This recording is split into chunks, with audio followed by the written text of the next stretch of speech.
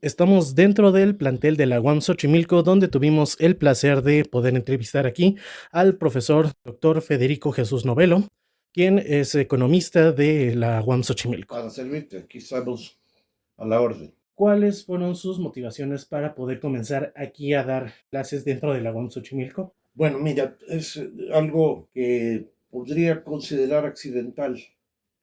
Yo trabajé como economista antes de que existiera la Universidad Autónoma Metropolitana, dirigiendo una revista que se llamaba Planeación y Desarrollo en 1972 a 1974. Y empezando en 1974, empecé a trabajar en la Secretaría de la Presidencia, ya no existe, en la Dirección de Inversiones Públicas. Ambas, en cierto sentido, son sustituidas por otra secretaría que ya no existe tampoco, que era la de Programación y Presupuesto.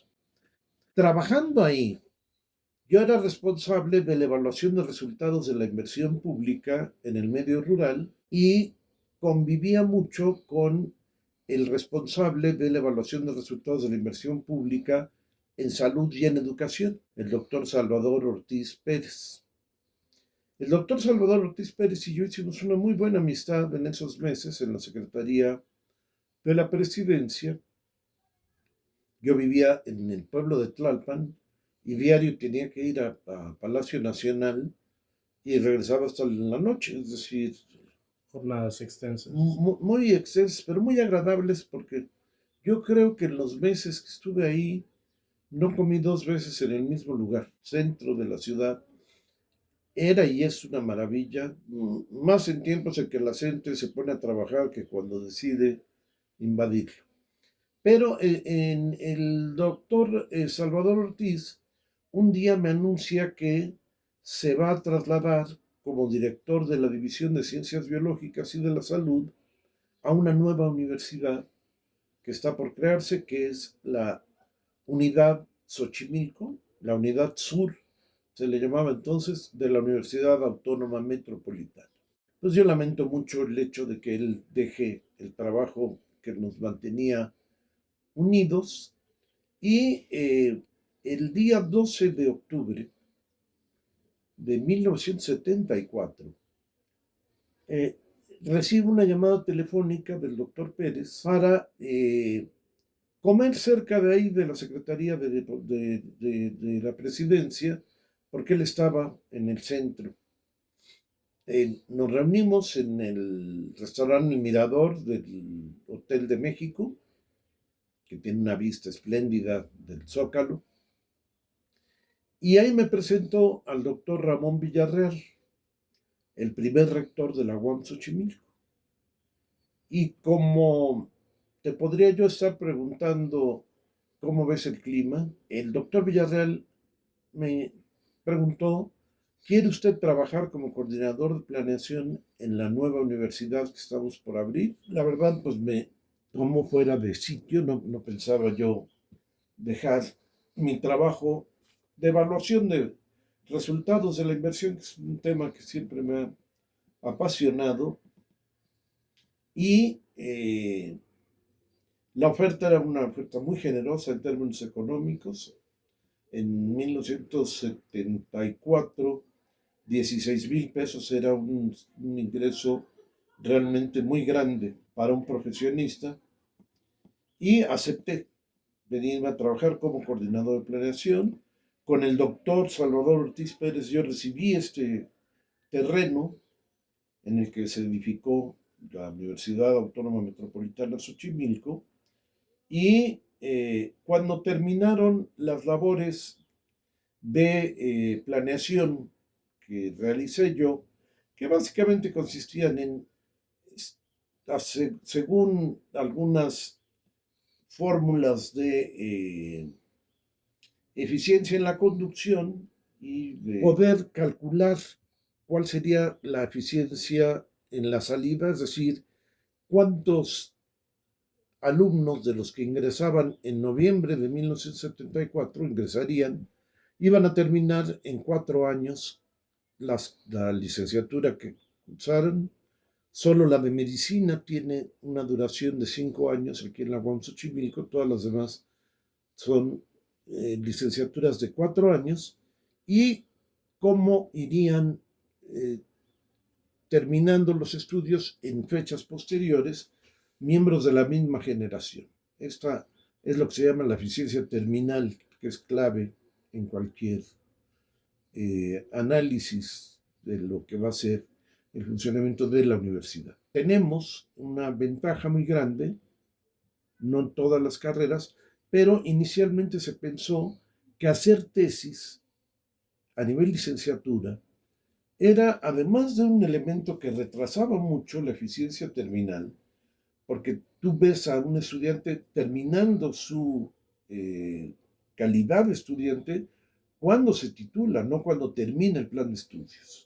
Entonces la tesis habría un compás de espera en el sistema educativo superior nacional bastante inútil, no solo por la no muy alta calidad de los trabajos de investigación que se podrían hacer con una formación tan débil como la que comporta solamente la licenciatura, sino porque los temas eran de una intrascendencia notable. Entonces, eso le ayudó mucho a Xochimilco y le ha ayudado a que más de la mitad de todos los egresados de la Universidad Autónoma Metropolitana sean de la UAM Xochimilco.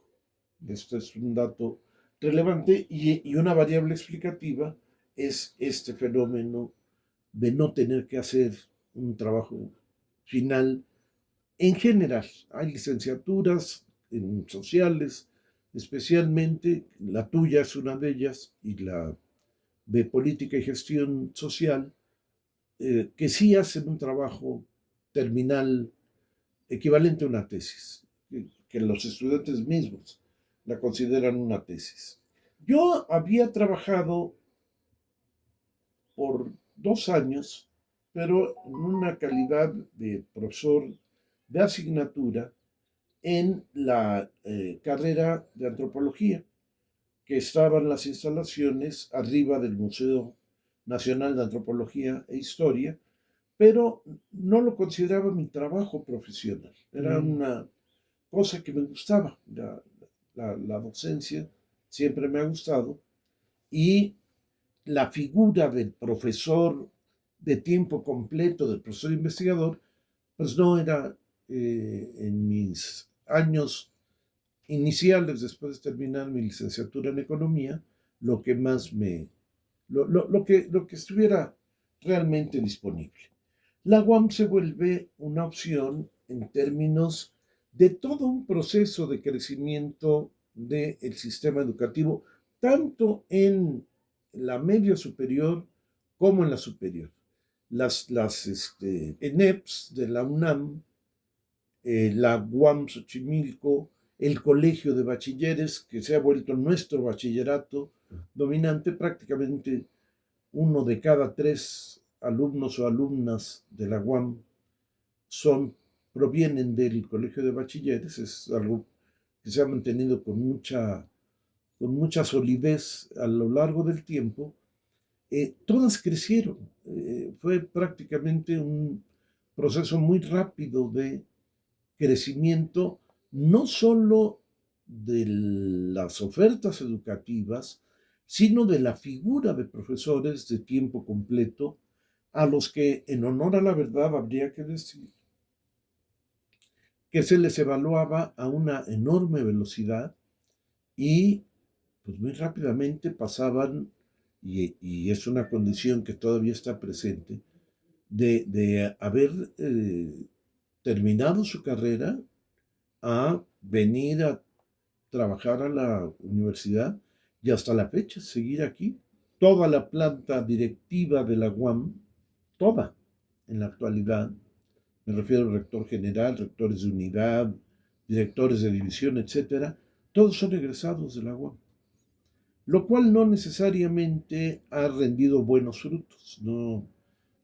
Pareciera que no recuerdan en su condición de estudiantes las falencias de la propia universidad para, en función de autoridades, intentar corregirlas. Este es un hecho importante. Pero tú preguntabas por el estímulo que yo percibo en hacer lo que hago.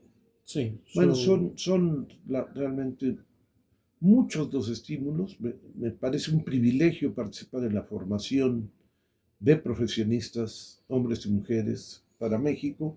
Me gusta plantearlo desde un punto de vista crítico respecto a la realidad nacional e internacional y me ha permitido también pues, desarrollar una tarea intelectual, que es la de la investigación, pues que me ha dado muchas satisfacciones con la cantidad de libros que he publicado, la cantidad de artículos que he publicado, la cantidad de citas de libros y artículos que pues me han significado llegar al máximo nivel en el Sistema Nacional de Investigadores y tener pues un prestigio que me permite tener muy buena relación con otras instituciones, destacadamente aquella de donde yo provengo, que es la Universidad Nacional Autónoma de México.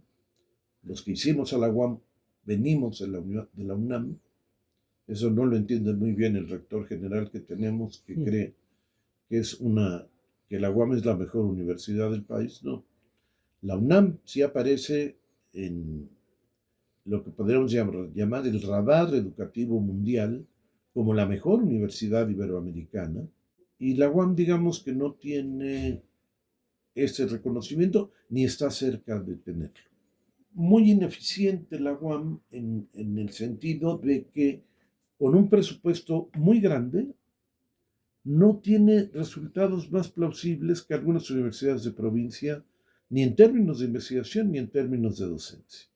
Y tenemos un fenómeno novedoso, muy desagradable, y es la aversión a la docencia, no solo de viejos profesores que ya debieran haberse jubilado, sino de jóvenes profesores que ingresan y rápidamente prefieren no hacer la docencia. Es una cosa muy decepcionante que no se le dé el papel tan trascendente que tiene y debe seguir teniendo la docencia, y yo lo lamento muchísimo que estemos en ese tipo de condición. Mi alimento espiritual cotidiano es la relación con ustedes. El intercambio con los pares académicos es muy débil. Tenemos pues, profesores que aprenden a hacer modelación económica, pero que no conocen nada de la historia de México ni de la historia del mundo, y que además no sirven como economistas porque la incertidumbre, lo que no sabemos, que va a pasar, es realmente imposible de erradicar. Y toda la modelación que convierte, en el caso de la economía, que es el que más conozco, te lo planteo claramente, que convierte a la idea de predictores, de profetas, a quienes no tenemos ningún mecanismo real para plantearnos el conocimiento del futuro. Especulamos mucho, pero y realizamos muchos modelos, pero la noticia del día de ayer, por ponerte un ejemplo, de la indisposición del gobierno de los Estados Unidos para aprobar el TEMEC en las condiciones en las que está, a pesar de que esta reforma al Tratado Original de Libre Comercio de América del Norte está hecha para satisfacer los apetitos de Trump en su versión 1, ahora vuelve a llamarlo el peor acuerdo existente, no está de acuerdo con sus características y, lejos de ser el elemento paraguas para definirnos una institucionalidad formal mucho más respetable por el peso tan grande que tiene la informalidad, pues simplemente va a tener que revisarse cada año y no va a haber un incentivo para invertir cuando el instrumento que cobija una disminución de las reglas de protección, que sean aranceles o no aranceles, etcétera, hace muy incierta la posibilidad de un retorno calculable de la propia inversión. Esto no estaba previsto y modifica radicalmente los términos, por ponerte un ejemplo del Plan México, que estaba muy esperanzado no solo en la sobrevivencia del tratado, sino en su profundización con el ánimo de que inversiones hechas por estadounidenses en Asia durante la etapa fuerte del neoliberalismo a partir de los años 90 retornaran preferentemente a México y que nos facilitaran la reindustrialización del país. Entonces, hay muchos problemas en la universidad, hay muy poca atención realmente a los requerimientos de los estudiantes, tenemos una normatividad fundamentalmente punitiva y no promotora de la calidad de la vida universitaria, en términos curriculares, en términos extracurriculares, en términos deportivos, en términos culturales.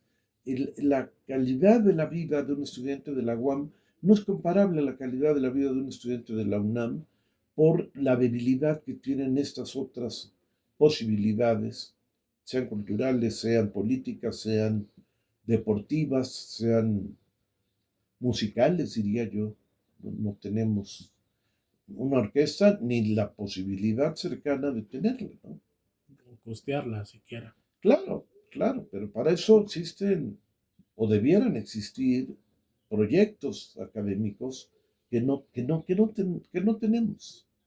Tenemos un rector general nombrado por una ocurrencia que complace mucho a las autoridades educativas de la 4T, que es la semicredencialización. Es decir, estar reconociendo tramos de estudios cuando lo que requerimos es mucha mayor solidez y eventualmente más tiempo para que los licenciados sean verdaderos profesionistas en potencia saliendo de la propia universidad.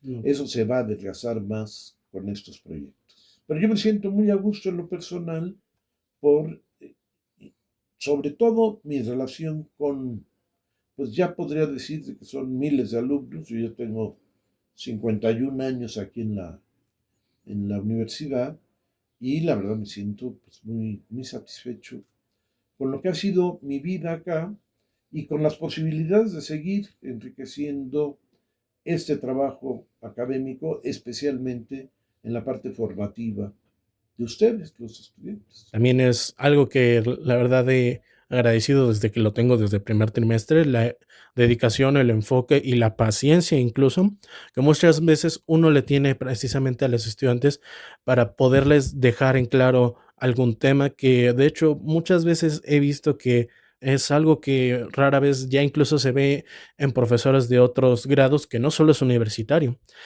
Con todo esto también he estado leyendo respecto pues sus trabajos y veo que mucha de su influencia también es bajo las lecturas keynesianas, ¿no es así? Sí, sí, este año estamos celebrando la primera edición, los 90 años de la primera edición de la Teoría General de la Ocupación, el Interés y el Dinero.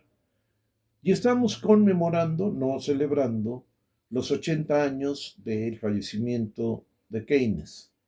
Esto lo estamos trabajando fundamentalmente personas de la UAM Xochimilco con el rector de la UNAM, el doctor Leonardo Lomelí, y vamos a tener en el mes de septiembre una serie de grandes teóricos post-keynesianos que van a venir de distintos países y tenemos participantes, ponentes para mesas de trabajo, pues de más de 50 universidades del mundo. Y esto va a ser una sola semana, 3 días aquí, 2 días en la ciudad universitaria de la UNAM, y vamos a tener pues una publicación de varios autores 12 capítulos tiene un libro que nos va a publicar el Fondo de Cultura Económica, la UNAM y la UAM, la coedición, que su título es eh, Las posibilidades económicas de Keynes. Una paráfrasis de un artículo que él escribió que se llamaba Las posibilidades económicas de nuestros nietos y que justamente imagina lo que va a ser en 1930, lo que va a ser el mundo en el 2030. Esta cuestión es importante porque estamos revisando todos los componentes claves del cuerpo teórico keynesiano y estamos simultáneamente analizando las claves de la actualidad de Keynes para la comprensión de lo que hoy nos está pasando, que ha cambiado muchísimo. Tener básicamente un soporte basado en sus ideas, ¿no es así? Así es. Ok, con todo esto quisiera saber si a raíz también de las lecturas que lo han influido también en parte de su trabajo, ¿ha adoptado alguna filosofía de vida a través de él que le gustaría también transmitir a sus alumnos? Claro, claro, hay una necesidad de ser muy pesimista respecto al presente y muy optimista respecto al futuro, a una calidad de vida que no esté sujeta a la penuria económica o a la lucha por la subsistencia, nos permita tener, piensa en esto, nuestra especie en los miles de años que tiene de existir, ha dedicado la mayor parte de la vida a buscar la subsistencia. Bueno, el avance técnico, la sofisticación, que ahora pues tú estás muy al tanto seguramente de todo el nuevo panorama que representa la inteligencia artificial, etcétera, pues en teoría nos va a dar mucho más ocio y no somos una especie que sepa manejar muy bien el ocio y tenemos que aprender a hacerlo para mejorar las relaciones humanas, para mejorar la vida espiritual, para mejorar la percepción del mundo. En esto estoy yo pues muy empeñado y creo que tenemos derecho a la posibilidad de vivir mucho mejor de lo que estamos viviendo. No es fácil, estamos en uno de los países más desiguales del planeta, más desiguales del continente, que es el subcontinente latinoamericano, más desigual de todo el planeta. Entonces hay mucho que hacer, que modificar, y bueno, hay que tener eh, firme la esperanza de que estaremos gobernados de tal forma que se haga posible mejorar, por ponerte un ejemplo, las oportunidades profesionales de ustedes. Es una paradoja que ampliemos la oferta educativa y no estemos ampliando las condiciones de ocupación de nuestros egresados. Y la verdad es que preocupa precisamente por esta sensación de inmediatez a la que ya estamos muy acostumbrados, bueno, muy mal acostumbrados más bien, y precisamente uno a lo mejor tiene la falsa idea de que saliendo luego, luego consigue trabajo, cuando tristemente es algo que se ha dilapidado en estos tiempos, realmente ya es muy complicado. De hecho, está precisamente la teoría de que muy probablemente seamos la última generación que pueda tener casa propia, que pueda tener digamos, estas comodidades que a lo mejor nuestros familiares nos han podido proveer para pues, nuestra educación, pero ahora que nosotros seamos independientes, seamos responsables de nosotros mismos, difícilmente podamos cubrir o pagar. Claro, claro. No hay que olvidar que en un sistema capitalista, pues el acceso a los placeres de la vida tiene un costo y que esa es la función que cubre el dinero y por eso la necesidad de adquirirlo.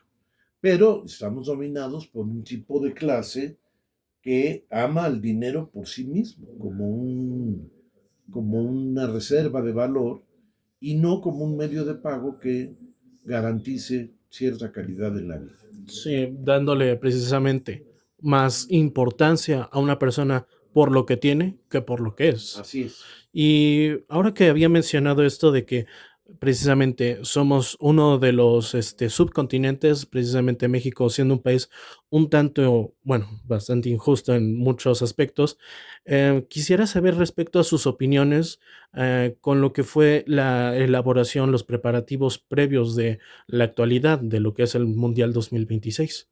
Bueno, pues es una forma muy peculiar, muy molesta, por cierto, de cómo durante estas semanas, pues vamos a operar prácticamente como un protectorado de la FIFA, que es posiblemente del crimen organizado la organización más notable. Es una bola de ampones que han secuestrado al país y han... Yo vivo en Xochimilco, acabo de visitar, porque lo reabrieron, el Museo Dolores Olmedo, y hasta ahí hay anuncios de la FIFA como si hubiera tenido que ver algo con la reapertura de este inmenso valor cultural que tiene este museo. Y así, en todo, la, la forma de bautizar y rebautizar a lo que conocimos como el Estadio Azteca por muchos años, la forma en la que se le imponen unos precios estratosféricos al espectáculo mismo y la forma en la que se crea una audiencia de segunda clase que tiene que ir a sufrir las inclemencias del tiempo estando de pie para ver los partidos en unas pantallas para el pueblo, a sabiendas de lo que la FIFA está haciendo con los precios de las entradas para ver los partidos. Hay un aparente consuelo en el hecho de ofrecer la proyección televisiva de los propios encuentros, pues en condiciones en las que la lluvia domina el panorama, donde no hay donde sentarse, Ujú. etc. Es muy enternecedora la vocación deportiva del pueblo de México y la esperanza en que la selección haga lo que nunca ha hecho. Ganar, precisamente. En respecto a los festejos que se han llevado a cabo en monumentos como el Ángel de la Independencia, ¿qué opina precisamente usted de esta clase de festejos en monumentos por el estilo? Bueno, yo creo que hay una muy grande esperanza. Yo sospecho que no va a satisfacerse a cabalidad, es decir, tengo razones bien fundadas para suponer que la selección mexicana no va a ganar la Copa Mundial, pero la posibilidad de que suceda pues mantiene un alto nivel de esperanza del pueblo que en cada triunfo pues estalla, ¿no? El de, el de ahora sí nos toca, el y sí sí. Es el sucedáneo del sí se puede y pues nunca se ha podido, así que sería una noticia importante que sí pasara. Ok. Y bueno, con lo que usted me había precisamente comentado, con todo esto de la elaboración y precisamente, no sé si usted esté al tanto del término sport washing. No, Cuando precisamente un estado, un país en general, una gobernatura, toman lo que sería pues un evento deportivo masivo para obviamente lavar la imagen de un país, para digamos resaltar las características bonitas y obviamente venderse al público extranjero. sí, sí, yo creo, es decir, creo que hay un elemento idiosincrático que llama mucho la atención. A mí me impactó mucho un tipo de entrevistas y encuestas en donde buena parte de los extranjeros que están viniendo hubieran preferido que todo el mundial fuera en México, por la frialdad que tienen tanto los canadienses, más ahora los estadounidenses, que pues por lo menos están padeciendo uno de los peores gobiernos de su historia, y la calidez y el optimismo, es decir, da la impresión que el mexicano es un pueblo muy feliz y las condiciones materiales no serían las más adecuadas para explicar esa felicidad, pero es una felicidad que se encuentra servida con un gol o con o el hecho de no haber recibido ningún gol. cosas que pues en cualquier momento pueden cambiar, ¿no? Ujú. Básicamente, podríamos decirlo, una cultura superficial, básicamente. Yo creo que es un tipo de cultura popular, pues muy elemental. Sería, tenemos un ingreso cultural, la cantidad de libros leídos al año per cápita, que es un ingreso más injusto, más regresivo que el ingreso monetario, que el ingreso monetario de suyo es sumamente desigual en México. Entonces, bueno, pues, ¿qué es lo que tenemos? Un deporte que es muy sencillo de practicarse, se practica muy fácilmente, no requiere más que de las ganas y la cantidad de jugadores Y una pelota. y una pelota, pero eso se hace muy fácilmente a comparación de deportes mucho más sofisticados y Como mucho más el, exigentes, ¿no? ujú, como el tenis, el golf y así. El béisbol, que es el que Mm, más me gusta a mí, Los Diablos Rojos. los Diablos Rojos, por supuesto. Ok, y bueno, ya para poder terminar con este tema de el mundial, que es la actualidad, ¿qué considera que podríamos llevarnos de esta experiencia? Que hay que tomarlo como una forma de mejorar a futuro en caso de. Hay una falsa imagen. Voy a tratar de explicarme. Ujú, Se habla de cifras estratosféricas de dinero que ingresan al país. La pregunta clave es a los bolsillos de quién ingresa ese dinero. Porque el Mundial es un negocio inicialmente para la FIFA y secundariamente para espacios que no son muy generosos en la creación de empleo. Me refiero a la hotelería, me refiero a los restaurantes, que temporalmente contratan a más personal, pero que operan como esponja. Termina el evento y esa fuerza de trabajo va a ser expulsada y además no están recibiendo nada comparable a aquello que se ha incrementado brutalmente. Estaban diciendo que una cerveza cuesta 400 pesos en los estadios. Es una cosa que es totalmente indeseable desde el punto de vista social. incluso en esto de los eventos públicos como el FanFest, he visto, bueno, al menos que tuve yo la oportunidad de ir a reportar y registrar, un refresco de 600 mililitros cuesta casi 100 pesos, 90 pesos por servírtelo en un vaso con hielo. Caramba, ¿no? Pues sí. Sí. Y bueno, precisamente, incluso con esto de la ajolotización, la reestructuración de imagen de el transporte público, de avenidas, etcétera, incluso el desplazamiento de cierto tipo de personas, así como de ciertos negocios, como usted menciona, para poder tener absorción por otras partes. Sí, hay una cuestión que no puede uno ignorar. Buena parte de la infraestructura se queda al servicio de la población. Lo que es un poco lamentable es el hecho de que esta infraestructura se haya modernizado, por usar un término muy convencional, en aras de atender a la gente que viene al mundial y no porque de suyo se quiera servir efectivamente a la población. Entonces, a la población se le han causado muchos problemas con estas mejoras. Me refiero fundamentalmente a lo que es el metro, La vialidad. la vialidad, con esto de la ciclopista en Tlalpan, que es una cosa bastante absurda, pero no es para, va a acabar sirviéndole a la población, pero no se modernizó con ese objetivo. Es triste que el detonante precisamente sea un mega evento ¿Sí? en vez de precisamente las Servir a la peticiones, población. las protestas precisamente, y con ello precisamente pasar al tema de los grupos sociales que salieron a protestar precisamente tomando el foco del mundial para dar a entender sus problemáticas, como usted ya había mencionado, la gente, las madres buscadoras, los transportistas que precisamente también han hecho bloqueos, paros, todo esto. Sí, yo ahí sí hago una clara diferenciación. A mí las madres buscadoras me merecen el mayor de los respetos. Debieran ser un aliado natural del gobierno, o más bien el gobierno, un aliado natural de las madres buscadoras. Es algo como que le molesta al gobierno que exista. Le incomoda. Le incomoda que tengamos cifras de desaparecidos tan escandalosas. La gente me parece que es una especie de mafia y la verdad encuentro muy poca calidad en la función educativa que puedan tener.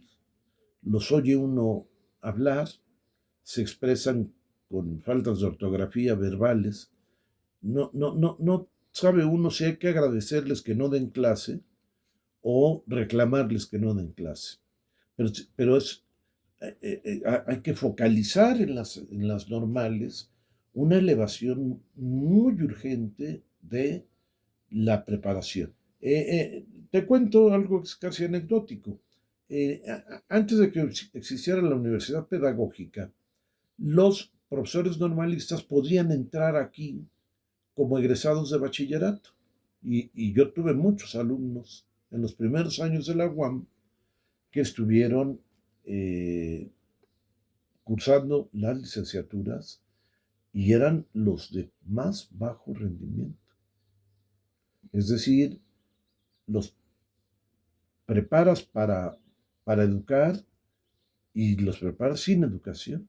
Básicamente dando enfoque del nivel que llegaron incluso a dar siquiera mínimo posible, por así decirlo. Así es. Ok.